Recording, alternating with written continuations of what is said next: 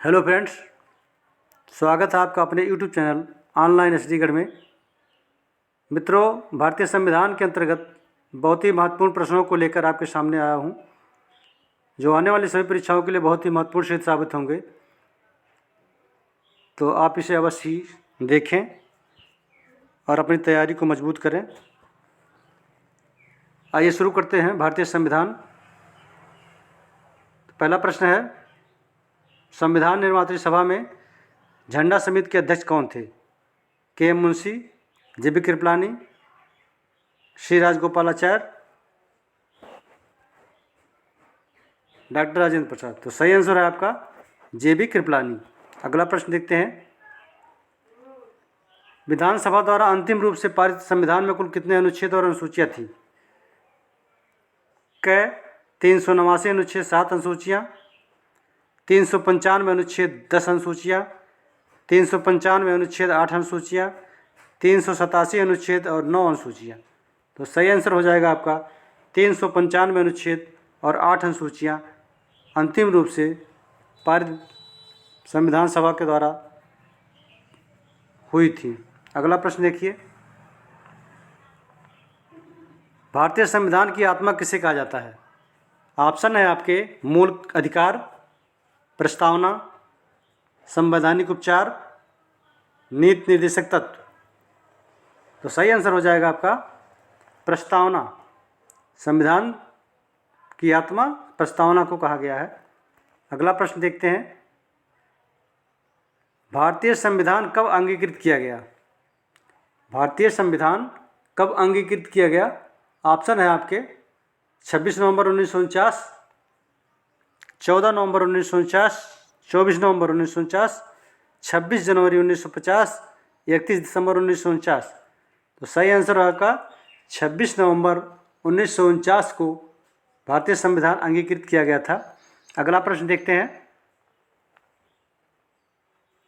भारतीय संविधान कैसा है? बहुत ही महत्वपूर्ण क्वेश्चन है परीक्षाओं की दृष्टि से।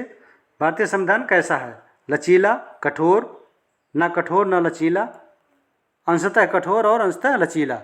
तो सही आंसर हो जाएगा आपका घ। भारतीय संविधान अंशतः कठोर और अंशतः लचीला है। अगला प्रश्न देखिए, संविधान के किस भाग में संविधान संशोधन की प्रक्रिया का उल्लेख है? संविधान संशोधन की प्रक्रिया का उल्लेख संविधान के किस भाग में है? भाग 11, भाग 17, भाग 20, भाग 22। बहुत ही महत्वपूर्ण क्वेश्चन है मित्र। तो आंसर हो जाएगा आपका भाग 20। अगला प्रश्न देखिए, किस संविधान संशोधन अधिनियम द्वारा भारतीय संविधान में 9वीं अनुसूची जोड़ी गई? कौन सा संविधान संशोधन था जिसके द्वारा 9वीं अनुसूची जोड़ी गई? क्योंकि इसके पहले आपके 8वीं अनुसूचियाँ थी। तो 9वीं अनुसूची किस संविधान संशोधन द्वारा जोड़ा गया है? इसको आइए देखते हैं। पहला है 9वां संविधान संशोधन, 11वां संविधान संशोधन, तीसरा संविधान संशोधन या पहला संविधान संशोधन। तो सही आंसर हो जाएगा आपका पहला संविधान संशोधन। पहले संविधान संशोधन के द्वारा 9वीं अनुसूची को जोड़ा गया। अगला प्रश्न देखिए, संपत्ति का अधिकार संशोधन। संपत्ति का अधिकार संवैधानिक अधिकार है, यह किस अनुच्छेद में बताया गया? ऑप्शन है आपके अनुच्छेद 33, अनुच्छेद 31 घ, अनुच्छेद 300 क, अनुच्छेद 370। तो संपत्ति का अधिकार जो कि 44वां संविधान संशोधन 1978 के द्वारा विधिक अधिकार बना दिया गया, तो किस अनुच्छेद के द्वारा जोड़ा गया था? अनुच्छेद 300 क। सही आंसर हो जाएगा आपका अनुच्छेद 300 क के द्वारा। अगला प्रश्न है, 9वां प्रश्न है, मौलिक अधिकार के अंतर्गत कौन सा अनुच्छेद बच्चों के शोषण से संबंधित है? मौलिक अधिकार के अंतर्गत कौन सा अनुच्छेद है जो बच्चों के शोषण से संबंधित है?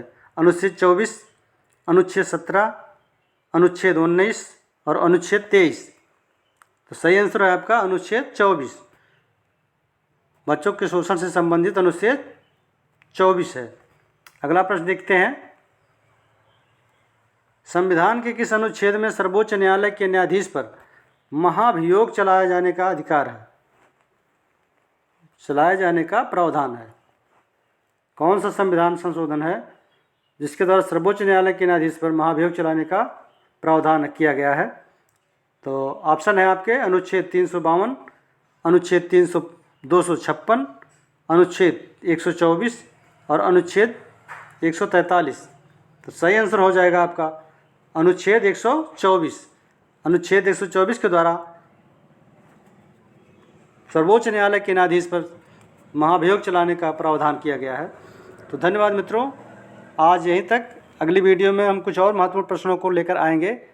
हमारे चैनल को सब्सक्राइब कीजिए, बेल आइकन को दबाइए, ऑल सेलेक्ट कीजिए, जिससे आने वाली सभी वीडियो आपको नोटिफिकेशन मिलता रहे।